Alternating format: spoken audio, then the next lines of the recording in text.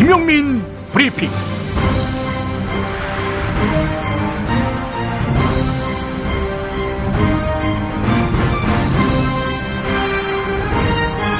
(2016년 11월 25일) 금요일에 인사드립니다. 반기문 유엔 사무총장이 성탄절을 앞두고 귀국한다. 그리고 박근혜를 만나 담판을 짓는다. 박근혜는 발표한다. 대통령직을 사퇴하겠다고. 이로써 6.29 선언으로 6월 항쟁의 성과를 무위도식한 노태우가 다음 대통령 선거에서 당선됐듯 반기문은 19대 대통령 선거 국면에서 이니셔티브를 쥔다. 네, 이런 시나리오가 번지고 있습니다. 박근혜를 이미 포기한 보수 정치 세력이 다음 대선마저 포기할 거라고 보는 분들은 아마 아무도 없을 겁니다. 현재 대중성 있는 여권 후보로는 반기문 외에 두각을 드러내는 인물을 찾아보기 힘든 구조라는 점에서 상당히 설득력 있는 시나리오입니다. 생각해보지요. 반기문 씨가 갈등과 반목의 현장에 찾아가 교착 상태를 풀어낸 성과와 능력과 의지가 있었다면 지난 10년 사상 최악의 유엔 사무총장이라는 박한 평가는 받지 않았을 것이고 이 그림은 설득력이 있을 것입니다. 일종의 꼼수라 할 수 있는 이 시나리오 이미 번질 만큼 번졌기 때문에 실현될 가능성은 거의 없습니다. 그러나 수구기득권 부패 세력은 끊임없이 정치적 상상력을 발동해 내년 대선 우파 정부 재창출을 위해 올인할 것입니다. 지금 새누리당을 위시한 보수 세력에게는 자성과 참회만 요구될 뿐입니다. 지난 9년 역사와 민족, 국민과 국가 공동체를 능멸한 자들이 무슨 염치로 집권을 꿈꿀 수 있겠습니까? 수도권 한 대학에 강연하러 간 남경필 경기도지사. 비박인데다가 최근 박근혜에게 대통령직 사퇴를 요구하며 탈당했지요. 그러나 그 대학 학생들은 남경필 지사 면전에다 당신도 공범이라는 비난을 퍼부었습니다.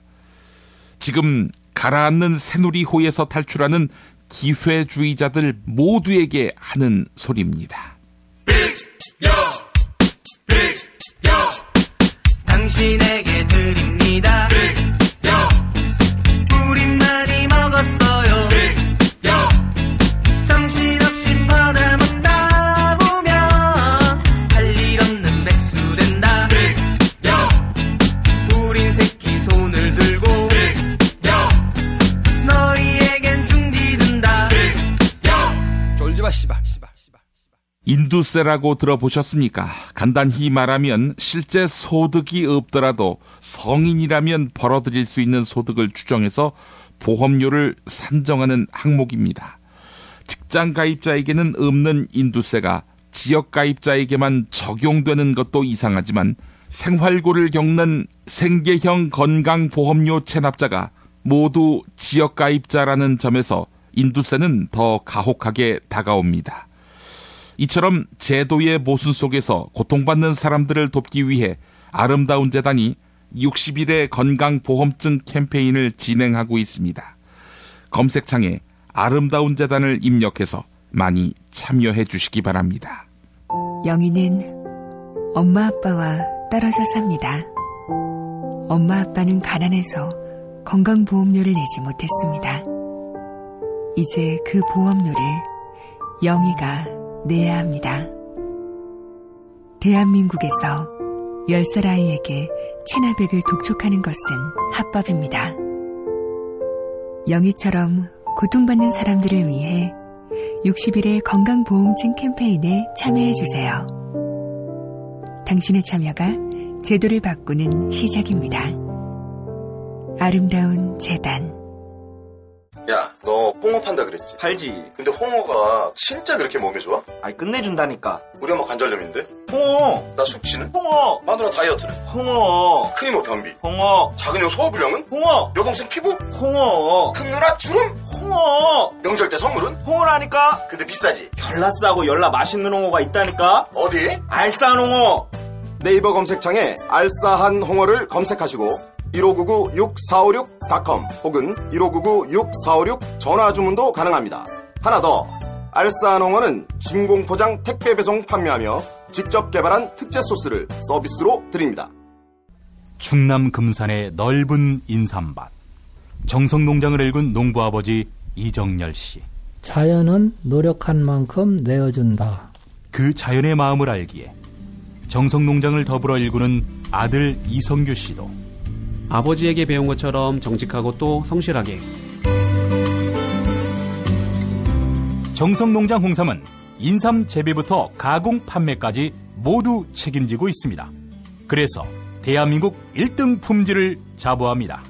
검색창에 정성농장 홍삼을 검색해주세요. 정성농장 홍삼. 전화문의는 010-9754-6972. 굶고 뛰고 땀 빼고 다 해봤다. 그래봐야 소용없었다. 다이어트는 결국 먹는 게 문제다! 다이어트 전문 쇼핑몰 비타샵에서 수십 가지 동결건조 채소 곡물에다 3가지 단백질, 거기에 효소와 비타민, 미네랄을 더해 만든 다이어트 전용 그린 스무디를 추천합니다. 다이어트 전용 그린 스무디, 이걸 어떻게 하는 거죠? 하루 2끼만 맛있고 든든한 비타샵 스무디로 바꿔 드시면 됩니다. 검색창에서 비타샵을 검색해주세요. 이제부터는 관록의 뉴스 해설가 김용민이 오늘 아침 조간신문을 훑어드립니다.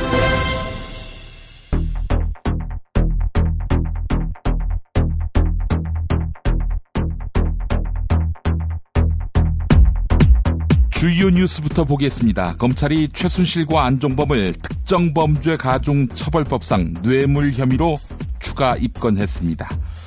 그렇다면 공범으로 지목된 대통령 박근혜에 대한 뇌물죄 적용도 시간 문제가 됩니다.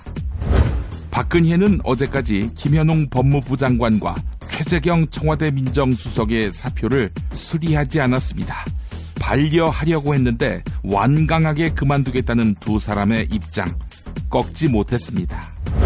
청와대는 어제 청와대 의무실이 성형시술을 할 수도 없고 능력도 없다고 강조했습니다. 하지만 성형 전문의들에 따르면 보톡스, 필러, 리프팅 등의 성형시술은 어디서든 가능하다, 이렇게 설명했습니다. 대통령 탄핵에 대한 새누리당 의원들 입장 대략 정리돼 갑니다.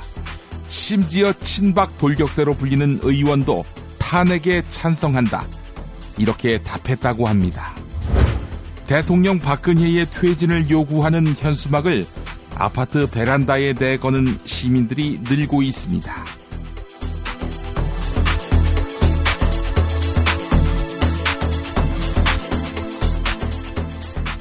검찰이 최순실과 전 청와대 정책조정수석 안종범을 특정범죄 가중처벌법상 뇌물 혐의로 추가 입건했습니다.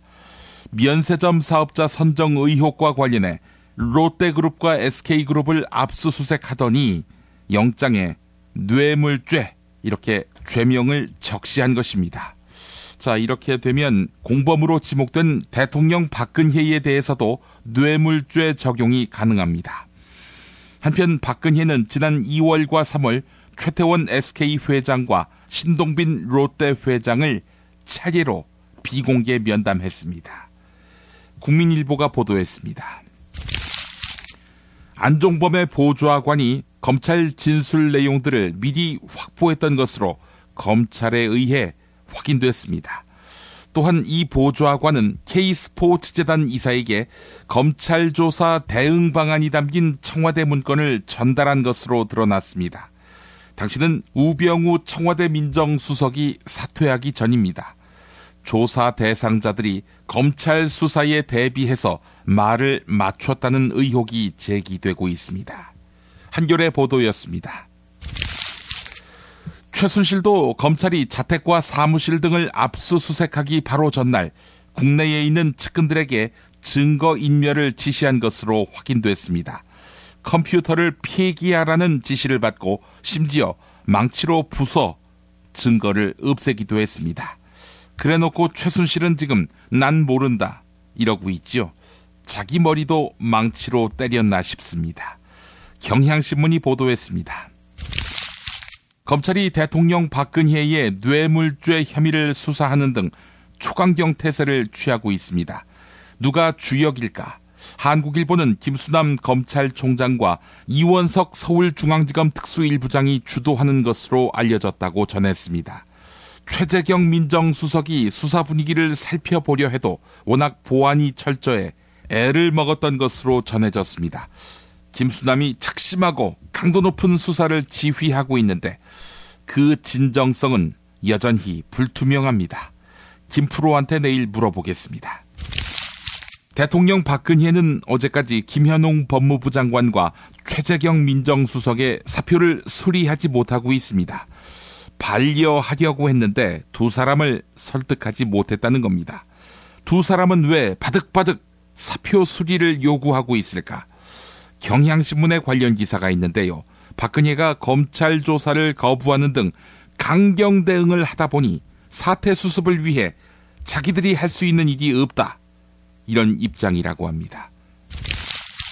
최순실 단골 성형외과 김영재 의원이라는 개인 병원은 매주 수요일은 정기 휴진이라며 세월호 참사 당일 근무하지 않았다 이렇게 밝혔습니다. 하지만 최근 3년 동안 수요일에 75번이나 프로포폴을 진료한 것으로 확인됐습니다. 또한 세월호 참사 당일 프로포폴 한 병을 사용한 기록이 공개되니까 김영재 원장은 장모에게 간단한 시술을 한 뒤 골프장에 갔다. 이렇게 주장했습니다. 동아일보가 보도했습니다. 청와대는 어제 청와대 의무실은 성형시술을 할 수 없고 능력도 없다. 이렇게 강조했습니다. 하지만 성형 전문의들에 따르면 보톡스, 필러, 리프팅 등의 성형시술은 어디서든 가능하다. 이렇게 설명했습니다. 동아일보가 보도했습니다. 병원이 아닌 장소에서 시술하면 의료법 위반이지요. 더불어민주당이 이르면 다음 달 2일 본회의에서 대통령 박근혜에 대한 탄핵 소추안을 의결한다. 이런 방침을 밝혔습니다. 박근혜 최순실 게이트 국정조사 특위위원장인 새누리당 김성태 의원은 당내에서 탄핵에 찬성하는 의원이 40명 정도 될 것이다. 이렇게 예상했습니다. 따라서 탄핵에 찬성하는 전체 국회의원은 200명이 넘을 것으로 추정됩니다. 한국일보가 보도했습니다. 한편 친박 돌격대로 불리는 의원도 탄핵에 찬성한다. 이렇게 답했다고 합니다. 대통령 박근혜의 퇴진을 요구하는 현수막을 아파트 베란다에 내거는 시민들이 늘고 있습니다. 인천 지역에서는 박근혜의 퇴진을 촉구하는 내용의 현수막 400여 개가 도심에 걸렸습니다. 인천 지역 아파트 베란다에 걸린 박근혜 퇴진 현수막은 100여 개에 이릅니다. 광주에서도 시민단체들이 현수막 걸기 운동에 본격적으로 나섰습니다. 박근혜 퇴진 광주시민운동본부는 지난주 제작한 현수막 200개를 모두 판매하고 추가로 현수막 150개를 제작했습니다. 경향신문이 보도했습니다. 예수 팔아먹은 유다가 돼달라. 예수 부인하는 베드로가 돼달라. 이거 아니냐. 어제 새누리당 이정현 대표가 대통령 박근혜에 대한 탄핵을 거부하며 쏟아낸 말들입니다. 이정현이 박근혜를 예수에 빗댄 것입니다. 이정현의 행태는 역대급 버티기다. 이런 비판을 받고 있다고 하는데요. 새누리당 내부에서도 이성을 잃었다. 이런 지적이 나온다고 중앙일보가 보도했습니다. 미국 장사랑! 구렁이똥 이뻤다. 장이 살아야 내 몸이 산다. 배변 활동에 도움을 주는 건강기능식품입니다. 미궁 장사랑. 지금 검색창에 미궁 장사랑을 검색하세요. 정권교체를 함께 염원하는 판촉물 쇼핑몰 네피알. 기념품, 답례품, 기왕이면 네피알로 인터넷 검색창에 입력하시거나 032-519-4800으로 전화하세요. 카카오톡 아이디는 네피알. 일산 라페스타에 있는 풍무 양고기, 즉석에서 숯불에 구워먹는 양갈비하고 양꼬치, 이거 맛보시면 다른 걸 찾지 않아요. 못하니 시방 빨리 예약들 안 하고 031-902-9292. 수아비스랩닷컴에서 한 달간 오픈 기념 행사로 100% 페이백 행사를 진행합니다. 구매한 가격만큼 그대로 현금으로 돌려주는 100% 페이백. 부담 없이 스와비스 화장품의 효과를 확인하세요.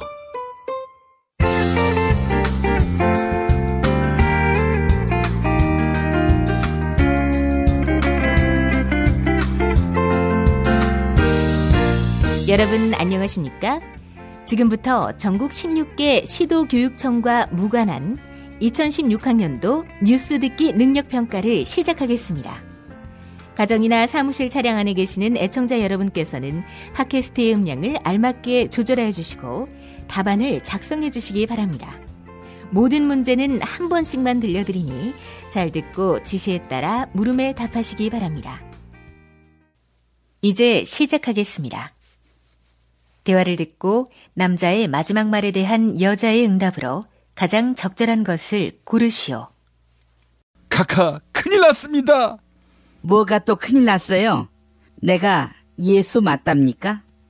예수는 예수지. 곧 부활할 거니까. 그게 무슨 소리입니까? 카카, 가계부채가 1300조 돌파했습니다. 무슨 부채가 그렇게 비싸? 금으로 만든 부채야? 아니, 가계부채도 모르십니까? 부채하면은 부채도사지. 실례합니다. 실례하세요. 부채도사님, 저 언제 하야하지요? 하야? 곧 하지. 2023년에 대통령 한 번 더 해야 할 거 아니야? 이랬던 부채도사님이었지. 응? 아주 용한 분이야. 카카, 가계부채 이거 사상 최대입니다. 게다가 경기 침체 장기화로 소득이 증가하지 않는 상황에서 미국이 금리까지 올리면 이자 부담은 더 커지고. 그래서 뭐가 문제라는 거야? 은행에서 잔뜩 돈 빌려줬는데 이거 못 받으면 은행이 망하고, 망하면 나라의 근간, 즉 밑둥이 빠지지요. 아, 밑둥이 빠져? 그때, 즉 헬게이트가 열리는 그때 하야하면 되겠구만. 어? 언제쯤이래 그때가? 카카, 지금 이 상황에서 그게 할 소리입니까? 경제가 결단나든 말든 나는 모르는 일이다, 이렇게 이야기할 수 있습니까? 이런 국정공백 방치할 겁니까? 아니 그러기에 왜 순식이를 구속시켜? 어? 누가 구속시키래? 카카, 사퇴하십시오. 이제 더 이상 이 역사의 오점이 돼. 아! 네가 사퇴하면 나도 사퇴할게, 이 씨발놈아. 카카, 사퇴하니까 갑자기 아롱 사태가 생각이 납니다. 아롱 사태는 소의 몸 어느 부위에 붙어 있는지 아십니까? 알지. 1번 다리, 2번 목, 3번 갈비, 4번 꼬리, 5번 대가리.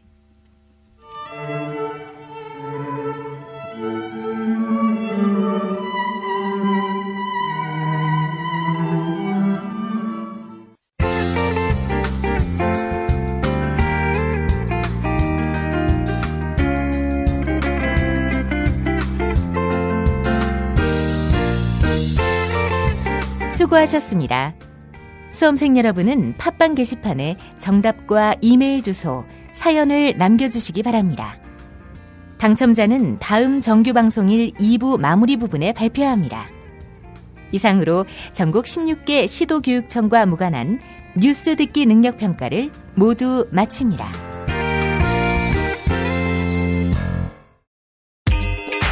자기야, 매트리스 고르기 너무 힘들어. 대한민국 최초 매트리스 멀티샵 매트리스엠 몰라?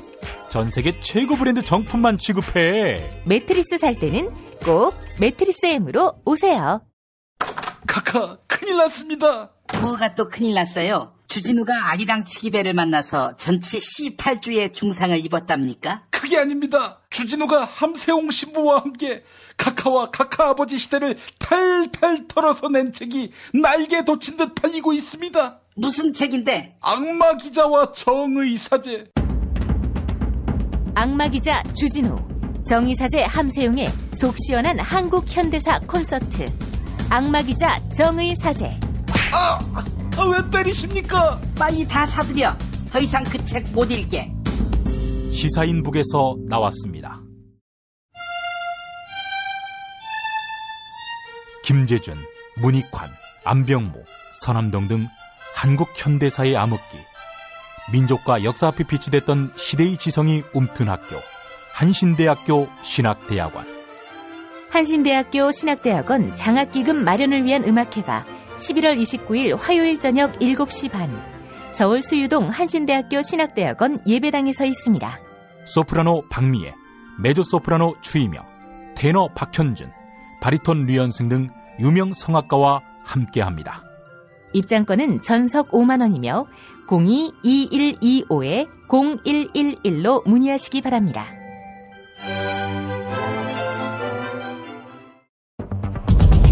She never ever quits. 中国不能缺席。 Der Holocaust für Deutschland. 歴史家に任せるべきだろうというのが私の考え方。 Ma senti, col dolore umano non si può essere neutrali. 국제뉴스의 맥. 한반도와 국제 문제를 전문적으로 취재하는 황준호 기자 만나겠습니다. 황 기자님? 예, 안녕하십니까? 예, 뉴욕 타임스까지 청와대 비아그라 스캔들을 다뤘군요. 예, 블루하우스의 블루필에 관한 블루조크다. 그러니까 청와대의 푸른색 알약에 대한 음담패설이 돌아다니고 있다. 예. 이렇게 뉴욕타임스가 표현을 했습니다. 예. 어제자 뉴욕판 종이신문에까지 이게 실렸다고 하는데 민주당 조홍천 의원이 페이스북에다가 전문 번역본을 소개하기도 했습니다. 예. 뉴욕타임스는 비아그라가 재미있는 말장난, 그리고 추정, 또 야한 소문들을 폭발시켰다라고 전했는데요. 예. 제가 어제도 말씀드렸다시피 블루라는 단어가 포르노, 음담패설 이런 거를 뜻하기도 해서 영미권 언론들이 이건 무조건 제목에다 써야 되는 그런 단어 같습니다. 기사 내용 자체는 이미 우리가 다 익숙한 그런 내용이겠죠? 예, 비아그라 파문을 포함해서 야당들의 탄핵 움직임까지 최근 한국 상황을 자세히 다루고 있습니다. 뉴욕타임스는 청와대의 의약품 목록 가운데 다른 것들도 관심을 끌었는데 한국의 부유층 여성들이 피로회복, 항노화, 피부관리 목적의 주사제로 흔히 쓰는 영양제가 상당수 포함되어 있었다. 예. 그러면서 청와대는 참모들이 사용하기 위한 목적이라고 했지만 박 대통령이 피부관리에 세금을 낭비했다라는 네티즌들의 비난을 피해가지 못했다. 이런 내용이 들어있었습니다. 예, 대통령이건 청와대 참모건 피부 관리에 세금을 쓴다는 건 있을 수 없는 얘기 아닙니까? 예, 미국 같은 경우는 백악관의 공식 리셉션, 그리고 연회 이런 것들을 빼면은 대통령의 모든 밥값 그리고 치약 같은 소모품 이런 걸 사는데 대통령이 개인 돈으로 냅니다. 약값 같은 건 당연한데 이게 무슨 법으로 정해진 건 아니고 그동안 100년 넘게 관행으로 굳어져 왔다. 이렇게 언론 보도를 봤는데요. 예. 오바마 대통령이 본인 지갑에서 돈을 꺼내가지고 밥값을 내는 장면 이런 것들이 국내에도 여러 번 소개가 됐었습니다. 예. 그런 미국 사람들이 보기에 이런 한국 상황이 도저히 이해가 안 될 것 같은데 지난번에 새누리당 이정현 대표가 초단기 단식 끝내고 병원으로 갈 때 119 구급대원들이 그 사람 옮겼지 않습니까? 그때 주로 우리 교민들이 페이스북에서 그런 얘기를 많이 하는 걸 제가 봤는데 이거는 국민들의 응급 상황에 대비하는 구급대원들이 왜 거기에 나서냐 이런 지적을 많이 했습니다. 예. 그래서 정치인들이라고 하면은 누구보다 공사 구분을 해야 되는데 공공재, 그러니까 국민 세금을 이런 식으로 유용하는 것은 반드시 짚고 넘어가야 되는 그런 대목이 아닌가 싶습니다. 이정현의 그 행태는 쇼죠, 한마디로. 그걸 쇼라고 아니할 사람은 없을 겁니다. 그 쇼를 하는데 구급대원들이 동원됐다. 이런 셈이죠. 예. 이거 정말 참 어처구니 없는 일이 아닐 수가 없습니다. 예, 워싱턴 포스트도 한국 상황에 대한 장문의 기사를 썼다고요? 예, 한국인들이 대통령과 연루된 최순실 게이트에 분노하는 4가지 이유라는 제목의 분석 기사입니다. 예. 워싱턴 포스트는 지난주에도 한국의 이번 사태가 닉슨 대통령의 하야를 불러왔던 워터게이트 사건보다 더 심하다. 이런 기사를 지난주에 썼었습니다. 예. 그리고 이번 주에는 한국이 민주화로 가는 과정에서 부패와 집권남용 스캔들이 종종 있어 왔지만 이번 사태는 그 규모가 워낙 크기 때문에 한국인들이 분노하고 있다. 이렇게 진단했습니다. 4가지 이유라고 말씀하셨죠? 예. 첫 번째는 대기업에 대한 협박과 압력이 있었기 때문이다. 라고 하면서 미르재단과 K스포츠재단 문제, 그리고 삼성의 정유라 승마 지원과 그 삼성물산 제일모직 합병과의 연관성, 이런 것들을 다 짚었습니다. 예. 그리고 두 번째는 베트남 대사 임명에서 최순실 일가의 입김이 작용했다라는 의혹인데요. 예. 사실 이 문제는 한국에서는 조금 순위가 떨어지는 감이 있지 않나 그런데요. 예. 외국 언론이 보기에는 이게 상당히 심각한 문제라고 생각하는 것 같습니다. 아, 그렇군요. 자, 이런 차이점을 보려고 우리가 다 아는 얘기지만 외신들을 한번 두루두루 살펴볼 필요가 있을 것 같은데요. 왜냐하면은 외국 언론은 어떤 것에 비중을 두고 문제를 바라보고 있는지, 우리가 놓치고 있는 부분은 없는지 하는 그런 점에서 말이죠. 그렇습니다. 제3자들이 어떤 이슈를 더 중요하게 보는지 비교하는 과정, 이게 반드시 필요한 것 같습니다. 예. 물론 뭐 우리하고 똑같이 중요하다고 보는 포인트도 당연히 있는데요. 예. 정유라 입시 비리 문제, 그리고 세월호 7시간 의혹, 이런 것들 때문에 한국인들이 분노하고 있다. 이게 세 번째, 네 번째 이유로 꼽혔습니다. 예.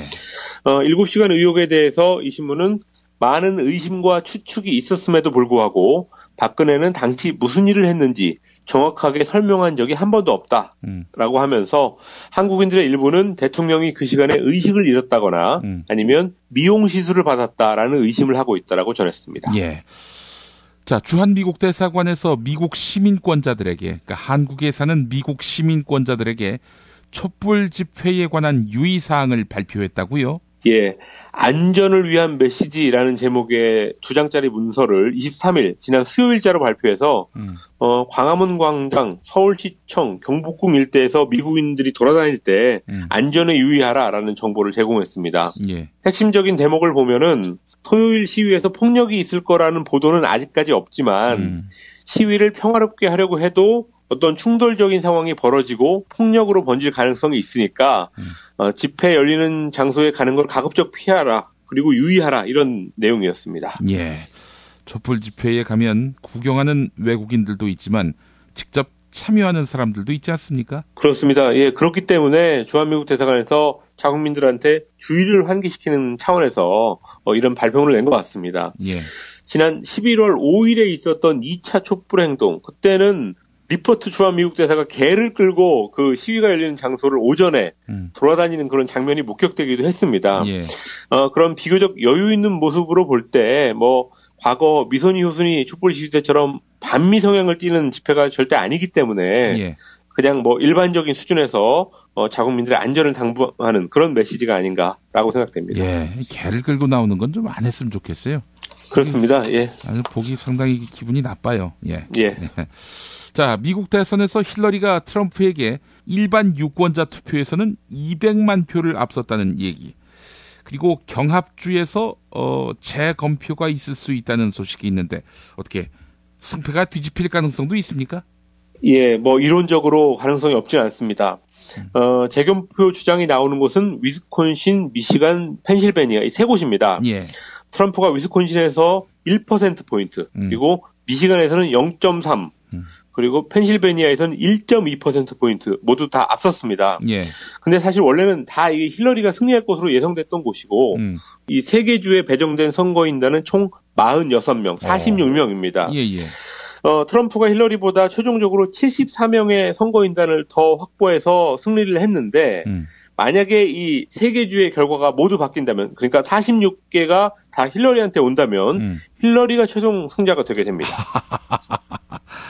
그런 상황이 과연 올 수 있을지, 뭐 지금 여러 가지 설이 구구하더라고요. 뭐 러시아가 해킹을 해가지고 이렇게 결과를 뒤집었다, 뭐 그런 소문도 있고요. 어떻게 힐러리는 재검표를 요구하기로 했습니까? 예, 힐러리는 좀 조용히 있는 편입니다. 재검표를 강하게 요구하는 쪽은 질 스타인이라는 녹색당 후보입니다. 예. 지금 질 스타인이 자기 이름으로 재검표에 드는 비용을 모금하는 운동을 벌이고 있습니다. 예. 세 개 주에서 재검표를 하려면 450만 달러, 우리 돈으로 약 50억 원 정도가 필요한데 예. 현재까지 412만 달러. 며칠 사이에 거의 다 모였습니다. 그래서 제가 어제부터 이 사이트에 계속 보고 있는데 쭉쭉 늘어가지고 일부만 남아 있습니다. 이렇게 큰 돈이 며칠 사이에 다 모인 것을 보니까 재검표의 여론이 아주 강하다는 것, 이걸 알 수 있습니다. 예. 그리고 김용민 PD께서 말씀하신 그 내용은 과학자들이 제기한 건데요. 예. 전자투표를 하는 카운티의 힐러리 득표율을 보니까 다른 곳, 광스캐너나 아니면 우리처럼 투표용지를 사용하는 카운티보다 무려 7%가 낮게 나왔다라는 점을 들어서 뭐 러시아 같은 데서 혹시 전자투표 와중에 해킹을 한 게 아니냐, 이런 의혹을 제기하고 있습니다. 말씀하신 대로 뒤집힐 가능성이 제로는 아니라면, 이거 만약에 뒤집힌다면 이건 뭐 엄청난 일이죠. 뭐 한번 해볼 만한 것 같습니다. 다만 힐러리는 정치적인 부담 때문에 일단은 사태를 관망할 것 같습니다. 예. 그 문제는 그렇고요. 근데 그 일반 유권자가 200만 표 힐러리가 더 얻은 문제. 근데 그건 뭐 미국의 선거제도가 원래 그렇게 돼 있기 때문에 지금 따져봐야 당장은 소용없는 얘기 같고요. 예. 장기적인 목표를 가지고 기존의 선거인단 제도를 버리고 직접 투표로 바꿔야 된다, 이런 길을 모색하는 수밖에 없지 않나, 이렇게 생각이 듭니다. 예. 아메리카 합중국이다 보니까, 연방제 국가다 보니까 주 연방의 어떤 위상과 역할, 이것 때문에 현재의 대선 제도가 유지되는 거 아닙니까? 그렇습니다. 50개 주에서 직접 투표로 산출하는 곳은 2군데밖에 없습니다. 예. 직접 투표로 가야죠. 아니, 200만 표나 더 얻었는데 낙선을 한다는 게 말이 됩니까? 맞습니다. 말이 안 됩니다. 예, 황준호 기자님 한 주 동안 고생하셨습니다. 예, 감사합니다. 야, 딴지마켓 좀 봐봐. 이담채 김치 게시판 지금 보고 있어? 왜요? 뭐가 문제 있나요? 야, 어떻게 하나같이 맛있다, 예술이다, 감탄했다, 물건이다, 또 재주문했다, 이런 글만 올라올 수 있지? 이거 공작의 냄새가 나지 않아? 아무래도 그런 것 같아. 이담채 김치 게시판에 작전 세력이 개입한 거 아닐까요? 그럴 리가요. 이담채 김치는 맛있는 김치 말고는 따로 자랑할 게 없습니다. 드셔보시고 판단하세요. 포털 사이트에서 이담채 김치. 주문 전화는 1544-4586. 1544-4586. 그리하여 이가을 나는 새싹당 콩차를 마십니다. 그리하여 나는 마음이 놓입니다. 그리하여 새로운 세상을 만납니다. 그리하여 새싹당 콩차. 새싹당 콩차 어느덧 여러 곳에서 판매합니다. 하지만 진정한 새싹당 콩차는 전창걸닷컴에서 구매하시죠. 전화문의 070-8635-1288 070-8635-1288. 공화국 참치논평 구이동 대양 참치를 맛보지 못한 국민 여러분은 진정한 참치 맛을 보기 위한 강도 높은 중대 조치를 취하실 계획을 표명하시고 곧장 구이동으로 달려오시기 바란다. 참치에 대한 체질적인 거부감과 적개심을 노골적으로 드러내는 분도 구이동 대양 참치에 오시면 추호도 용납할 수 없는 포악무도한 폭식 행위를 자행할 것이다. 구이동 대양 참치. 월요일 참치데이 이벤트, 화요일 참치머리 서비스로 함께합니다. 주차장 걱정 마시고요. 대중교통은 서울 지하철 2호선 구의역 2번 출구에서 5분 거리입니다. 대양 참치 구의점 02-455-8087. 어머나, 내가 이렇게 작아졌어? 네, 메이드 바이어스에서는 환상이 현실이 됩니다. 3D 실물 피규어 그리고 수공예품을 제작해드리는 전문 쇼핑몰 메이드 바이어스. 사진만 보내주세요. 나만의 피규어를 제작해드립니다. 갖고 싶고 선물하고픈 나만의 수공예품을 만들어드립니다. 메이드 바이어스 판매금의 1%는 아름다운 사회를 만드는 데 기부합니다. 주소창에 madebyus.co.kr을 입력하세요. 하루 2차례 대한민국과 지구촌의 오늘을 정직하게 비춰드립니다. 권력이 진실을 압도하는 세상. 김용민 브리핑은 작은 희망의 불씨가 되겠습니다. 민중의 소리 이완배 기자와 함께하는 경제의 속살. 이완배 기자 만나겠습니다. 이완배 기자님. 네, 안녕하십니까. 이 국면에서 삼성이 급부상합니다. 네, 그렇죠. 어떻게 삼성의 그간의 적폐와 모순 일거에 반전시킬 수 있는 모멘텀이 될 수 있을지도 관심이고요. 네, 정말 그게 큰 관심입니다. 저도 지금 그게 굉장히 궁금한 거고요. 예.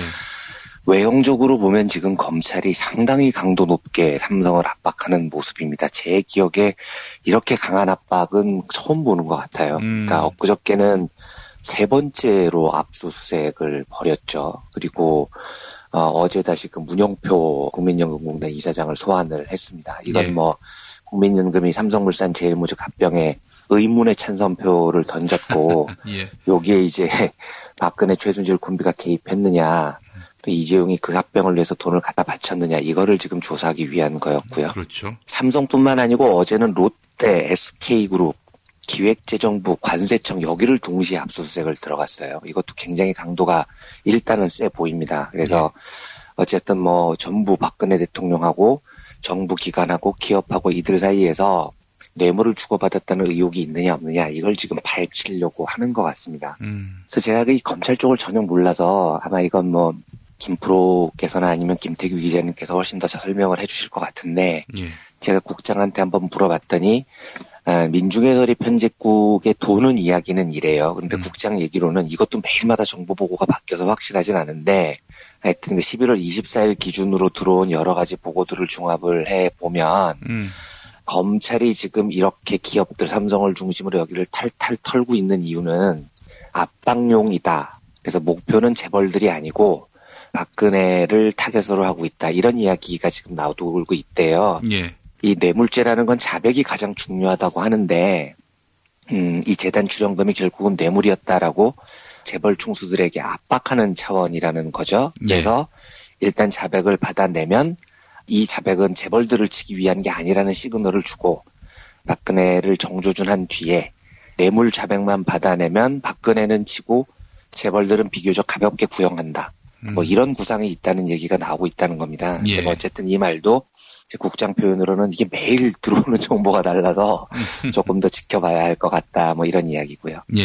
요 상황에서 만약에 여러 전제를 놓고 보면 검찰이 정말로 정조준하는 타겟은 대통령이고 재벌은 이제 그 대통령을 공격하는 도구로 삼는 건지 아닌지 이런 말이 나오는 입장에서 만약에 검찰이 그런 전술을 핀다면 일리는 있어 보이기는 합니다. 왜냐하면 물론 제 마음으로야 재벌들도 나쁜 놈이니까 다 잡아가더라 이렇게 말하고 싶은데 당장 검찰 입장에서는 이제 가장 큰 살아있는 권력이 대통령이니까요.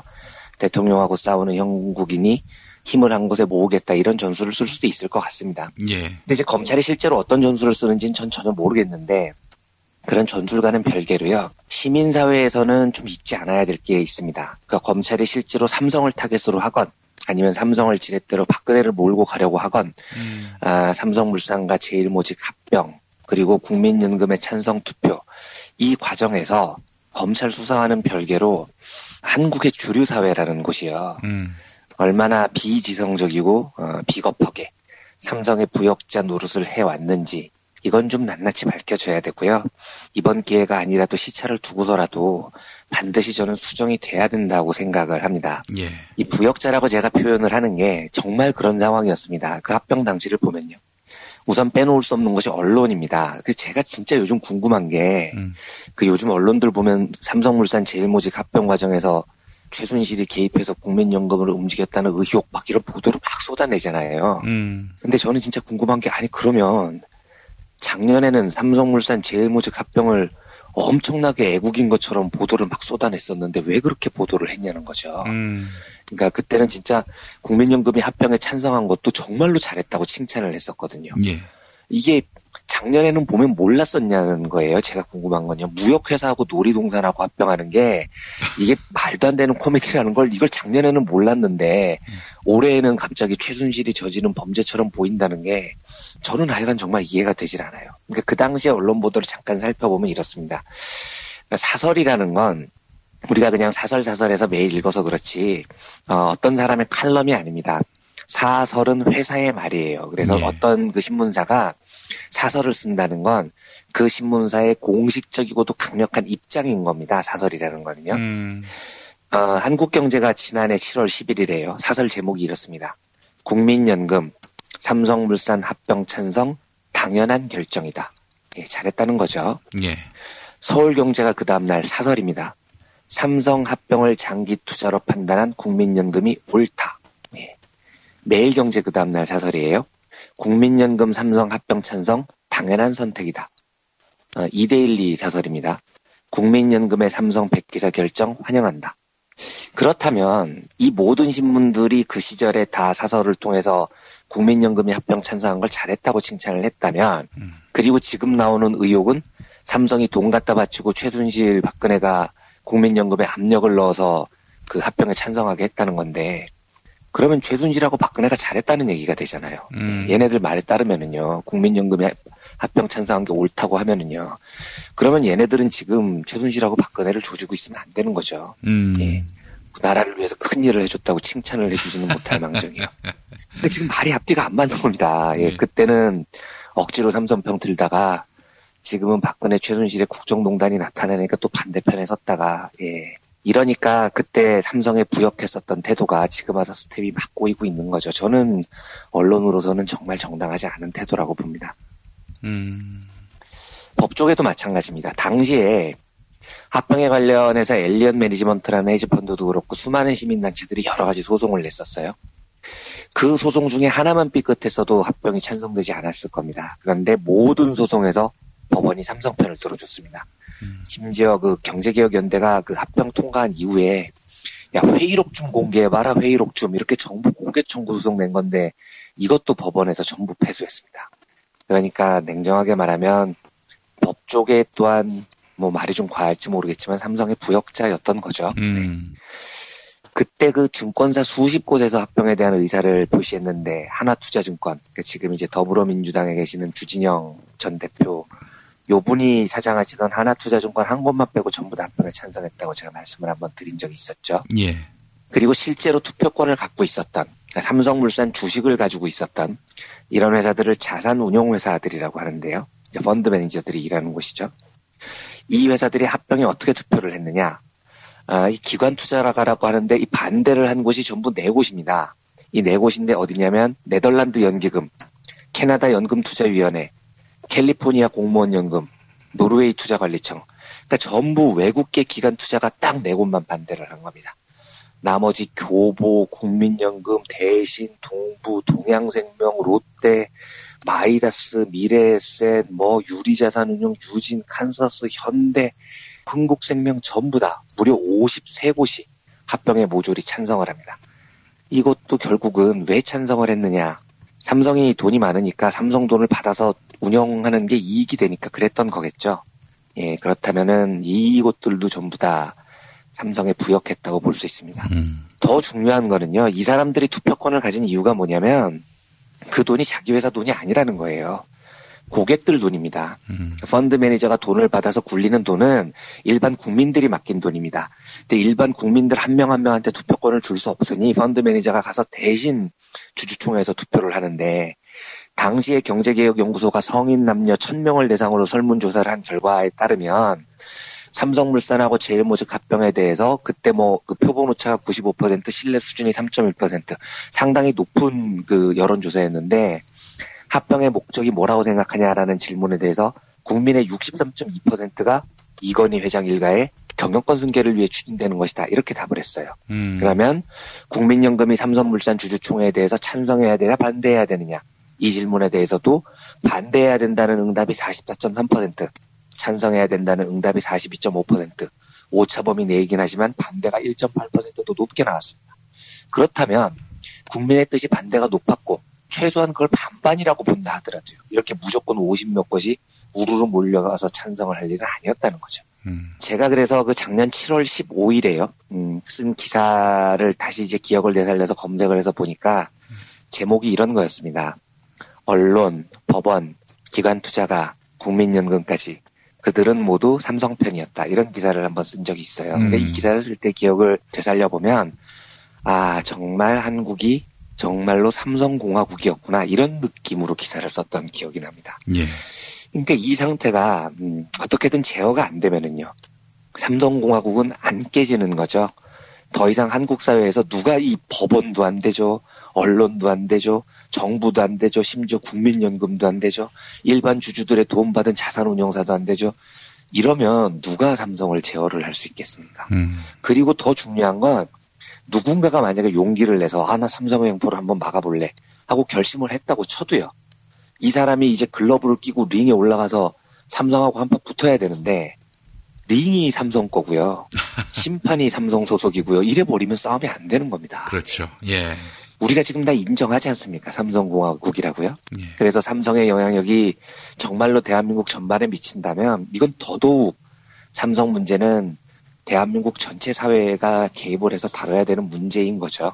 그래서 노동자나 시민사회나 지역사회가 더 적극적으로 나서야 된다는 겁니다. 일단 뭐 가장 중요한 문제는 박근혜를 빨리 퇴진시키는 겁니다. 그래서 박근혜 씨는 빨리 퇴진해서 그 풍무 양꼬치에서 홀가분한 마음으로 양꼬치나 빨리 드셨으면 좋겠고요. 이 문제가 끝이 나면 삼성공화국 문제를 본격적으로 한국 사회가 다룰 기회가 있었으면 좋겠습니다. 예. 박근혜를 넘어선 이후에 삼성을 넘어서지 못하면 한국은 다시 삼성이 또 다른 최순실 박근혜를 동원해서 한국을 주무르려고 할 거고요.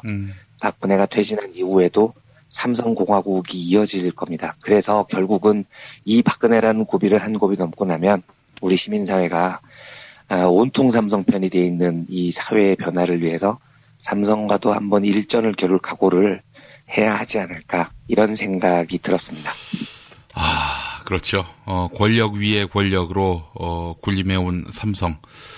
삼성을 두고 그냥 넘어갈 수는 없는 문제입니다.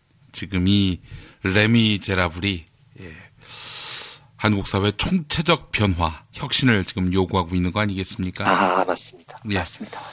예. 삼성은 일단 그 차후 무대에 세우더라도 우선은 박근혜를 날리고 예, 이게 바뀌지 않으면 헬조선 안 바뀌죠. 예, 또 새로운 신학이 나타날 뿐이고요. 예, 알겠습니다. 자, 다음 이야기 또 나눠보겠습니다.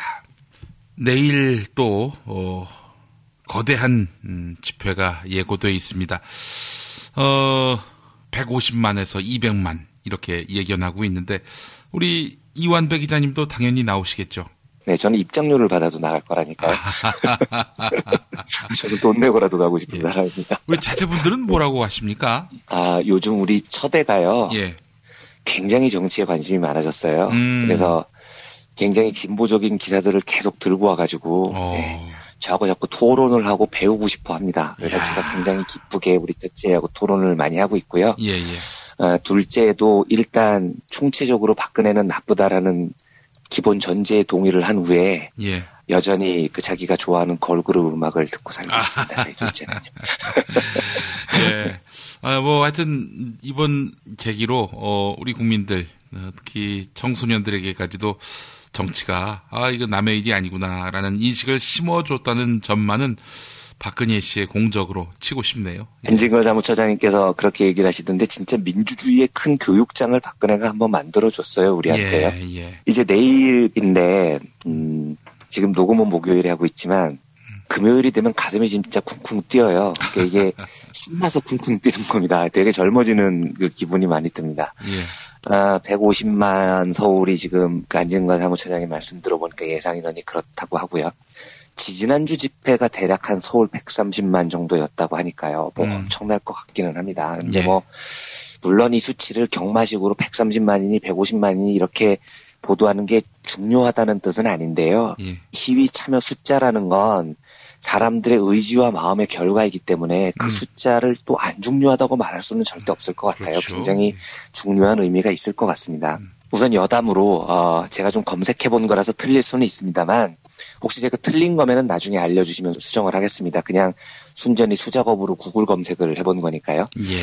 도대체 그 기록이 가능한 시위 중에서 세계적으로요, 한국 말고요, 제일 많이 모인 시위가 어느 정도였을까 이걸 검색을 한번 해봤습니다.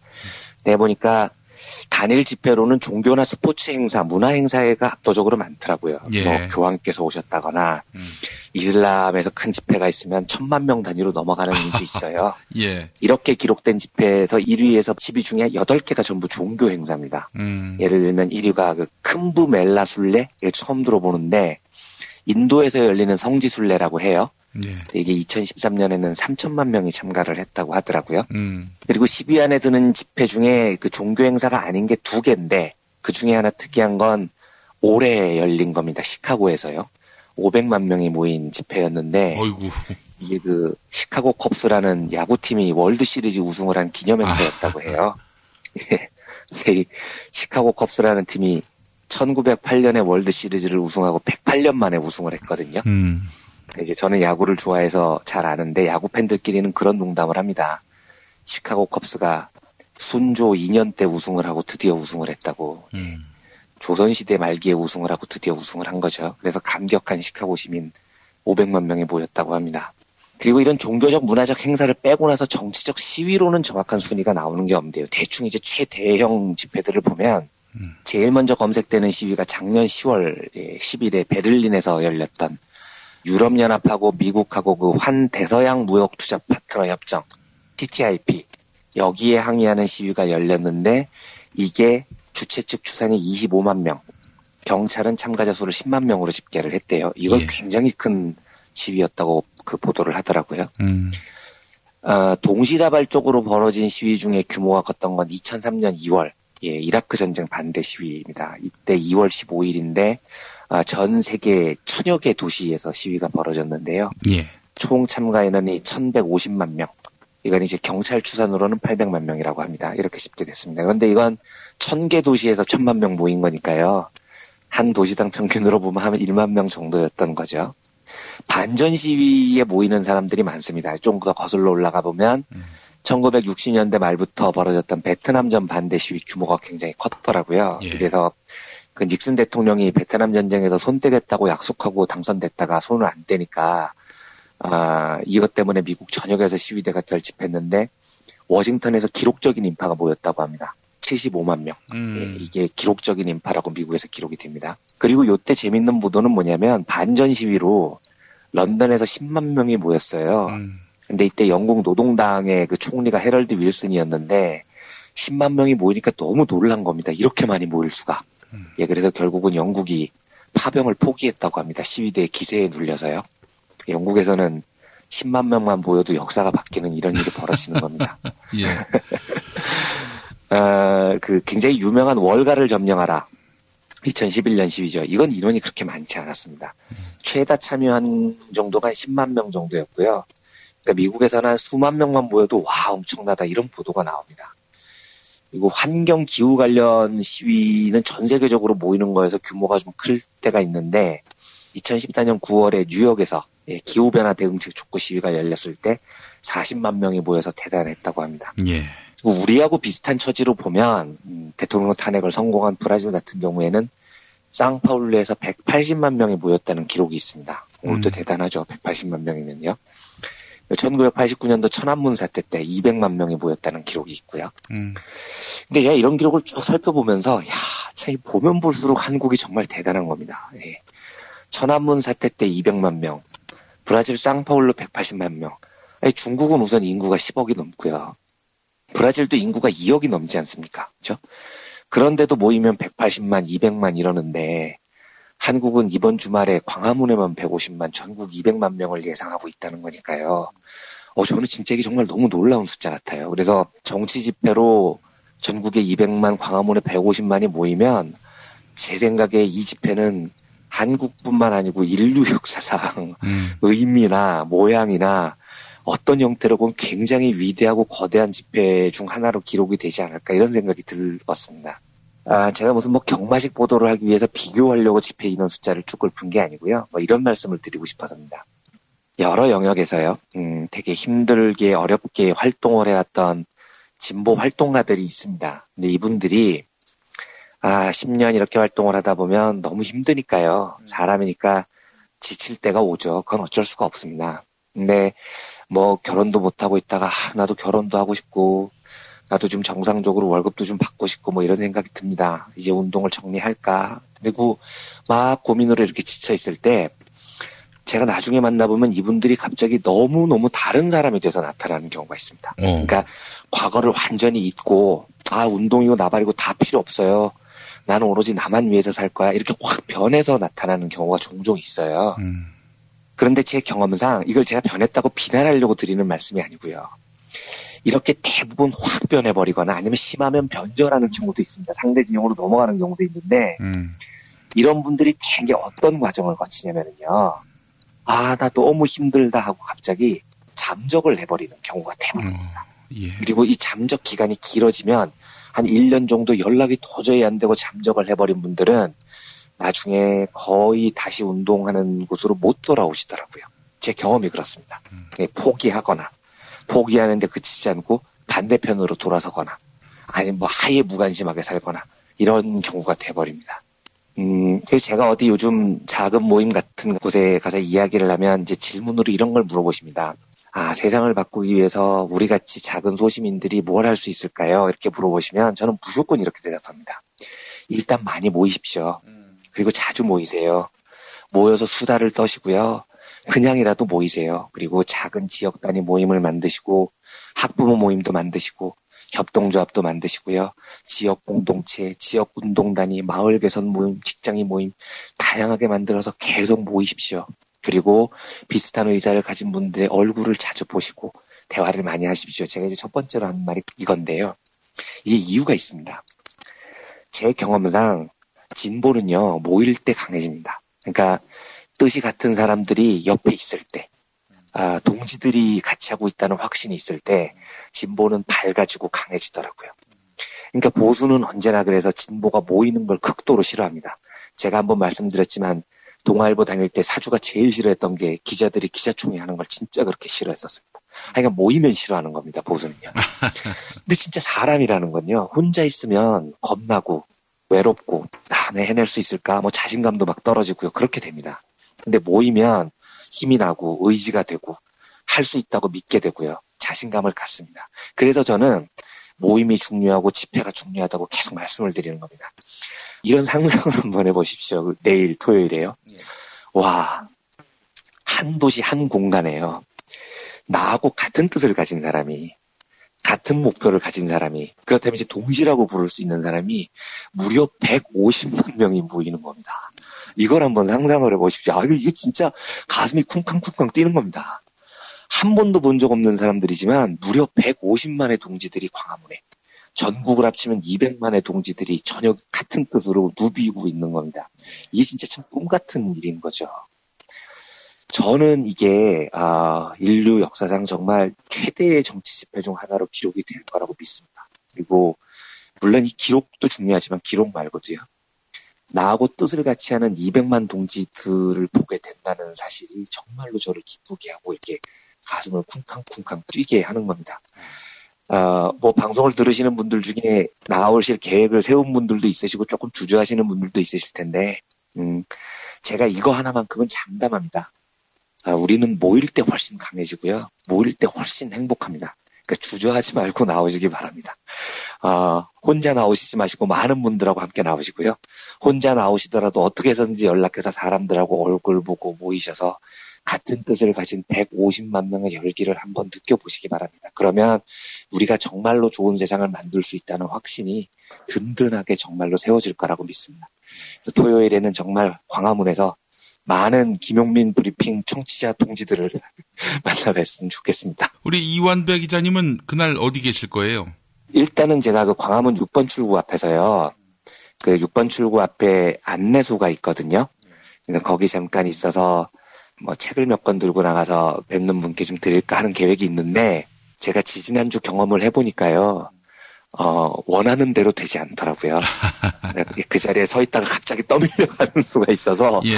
아직 장담은 못하겠습니다만 광화문 6번 출구 근처를 일단 제 첫 근거지로 생각을 하고 있습니다. 예, 알겠습니다.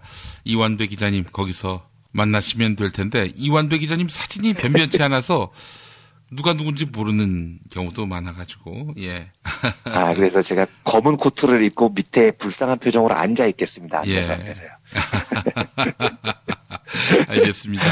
자, 우리 네. 이완배 기자님도 나가시고, 저도 나가고, 하여간, 아는 모든 사람을 다 데리고 나오십시오. 검찰이 저렇게 된 것도 실은 촛불 외에는 변수가 그럼요. 없었어요. 예. 오로지 시민의 힘입니다. 이 촛불의 힘으로 이 세상의 근간을 다 바꾸려 한다면은 이게 바로 혁명에 동참하는 거니까요. 내일 한 분도 빠짐없이 다 광장에 모여주셨으면 합니다. 예. 자, 이완배 기자님 오늘 말씀 잘 들었습니다. 네, 감사합니다. 여러분 안녕하세요. 민중의 소리 아나운서 정혜림입니다. 이 어묵한 여왕님 치하에서 다들 잘 견디고 계시죠? 오늘도 종편의 주옥 같은 헛소리에 혼이 정상인 듯 정상 아닌 비정상 같은 여왕님의 우주 타령에 고구마 100개쯤 한꺼번에 삼킨 듯 답답한 마음에 죄 없는 가슴팍만 두들겨대고 계세요. 이젠 시원한 사이다 같은 민중의 소리와 함께하세요. 잘 키운 진보 언론 열종편 안 부럽습니다. 한 달 10,000원 소액 CMS 후원으로 민중의 소리에 큰 힘이 되어주세요. 1661-0451 1661-0451 전화 기다릴게요.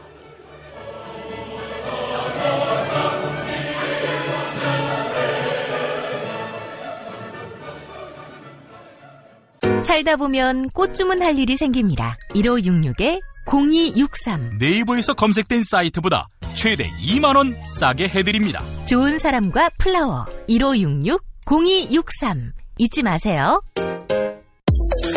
건강식품의 지존 전복을 택한다면 100% 완도에서 잡은 와우 전복.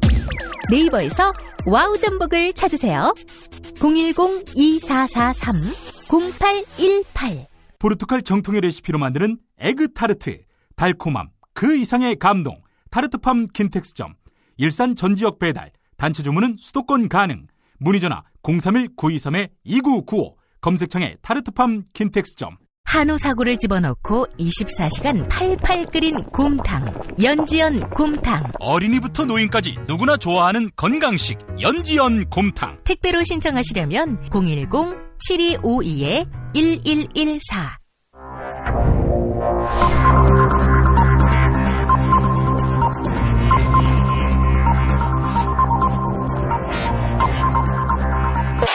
공화국 논평. 단전과 단수는 파업을 벌이는 극렬 좌경 노조놈들에게나 내리는 철퇴로 알고 계신 박근혜 동지께서는 청와대 식수를 끊을 수도 있다고 협박한 더불어민주당 대표 추미애에 대한 강도 높은 국가적 중대 조치를 취하실 계획을 표명하시고 구체적인 공격 방침을 제시하시었다. 경애하는 박근혜 동지의 단호한 결심은 병신년에 재림한 예수 박근혜 동지를 탄압하는 불교 신자 추다르크에 대한 격한 분노의 표시다. 추미애는 청와대의 식수가 끊길 수 있다고 망발을 서슴지 않았다. 그러나 박근혜 동지는 매일 비아그라, 사정지연제, 88정, 에이즈 방지약 등 수많은 알약을 복용해야 한다. 추미애는 박근혜 동지가 물 없이 알약을 먹다가 목에 걸려 기도가 막히길 바라는 것으로서 박 동지를 참을 수 없이 모독하고 우롱하고 천추의 한이 될 망동의 다름 아니며 처절한 대가를 자초할 악수 중에 최악수의 다름 아니다. 따라서 추미애는 청와대의 무를 끊을 것이 아니라 박 동지에게 뇌무를 바쳐야 할 것이다. 또한 추미애는 친박계에게 박근혜 동지를 탄핵하라며 배신을 부추기고 있다. 지능이나 실력에 있어서 MB보다는 훨씬 저급한 친박이 그나마 나은 게 있다면 개걸스러운 충성인데 이 충성마저 하지 말라고 하는 것은 친박계 보고 나가 죽으라는 이야기다. 따라서 추미애의 망발은 친박계가 다 나가 죽어 주변에 아무도 없기를 바라는 것으로서 박근혜 동지에 대한 체질적인 거부감과 적개심을 노골적으로 드러내는 것이다. 이는 추호도 용납 못할 포악무도한 도발 행위의 다름 아니다. 이제라도 추미애는 박근혜 동지를 찾아가 참회의 눈물을 흘리며 서울시 아리수를 갖고 장난질 쳤다가 정치적 발기부전에 시달리고 있는 오세훈 꼴만은 나지 않게 해달라며 이 말을 땅에 찢고 반성해야 할 것이다. 아울러 검찰놈들이 박근혜 동지를 못 잡아먹어서 안달이다.